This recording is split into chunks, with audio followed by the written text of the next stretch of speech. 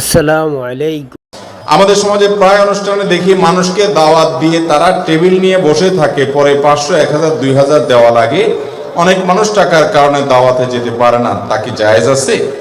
ভাই, কাউকে দাওয়াত দেওয়ার পরে যদি আপনি টেবিল নিয়ে বসেন, তাহলে আপনার চাইতে বাজারের হোটেলগুলো অনেক ভালো। কারণ হোটেলগুলোর সিস্টেম হলো আপনি খাওয়া দাওয়া করেন, যাওয়ার সময় ক্যাশের কাছে আসলে জিজ্ঞেস করে কত হয়েছে, এত হয়েছে, দিয়ে দেন। বেশিরভাগ এরকমই সিস্টেমের হোটেল আমাদের দেশে, তাই না? আর এটা হলো ঢুকার সময় টেবিল চেয়ার নিয়ে খাতা কলম নিয়ে বসে আছে, ভাই আগে কি আনছেন দিয়ে যান, খানা পরে। ঠিক না বে ঠিক?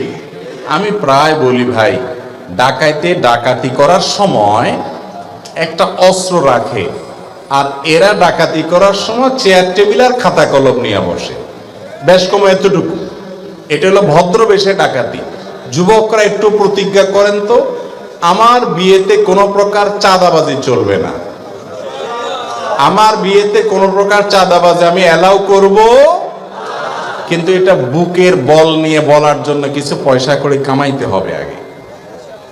মা বাপ বলবে 2 টাকা নিজে কামাইতেও পারে না, আবার বাধাও দিবা, তখন ঝামেলা পড়বেন কি পড়বেন না। এই জন্য হক হালালে কামাইয়ের জন্য পরিশ্রম করবেন, যুবকরা পরিশ্রমী হবেন। এর পাশাপাশি আপনি এই অনাচারের বিরুদ্ধে দাঁড়াবেন।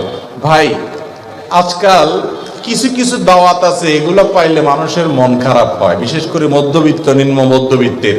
অলিমার দাওয়াত দিলে, আকিকার দাওয়াত দিলে, বিয়ের দাওয়াত, এই জাতীয় দাওয়াত দিলে, কেন? কারণ জানে এখানে ফ্যামিলির সবাই মিলে খাইলে না 2000, 3000 টাকা খাইতে পারবো, এর বেশি না, কিন্তু দেওয়া লাগবে 5000। ঠিক না বে ঠিক? লস প্রজেক্ট, তার চাইতে চাইনিজে খাওয়া ভালো। এই জন্য এরকম কোনো অনাচার করা জায়েজ নাই।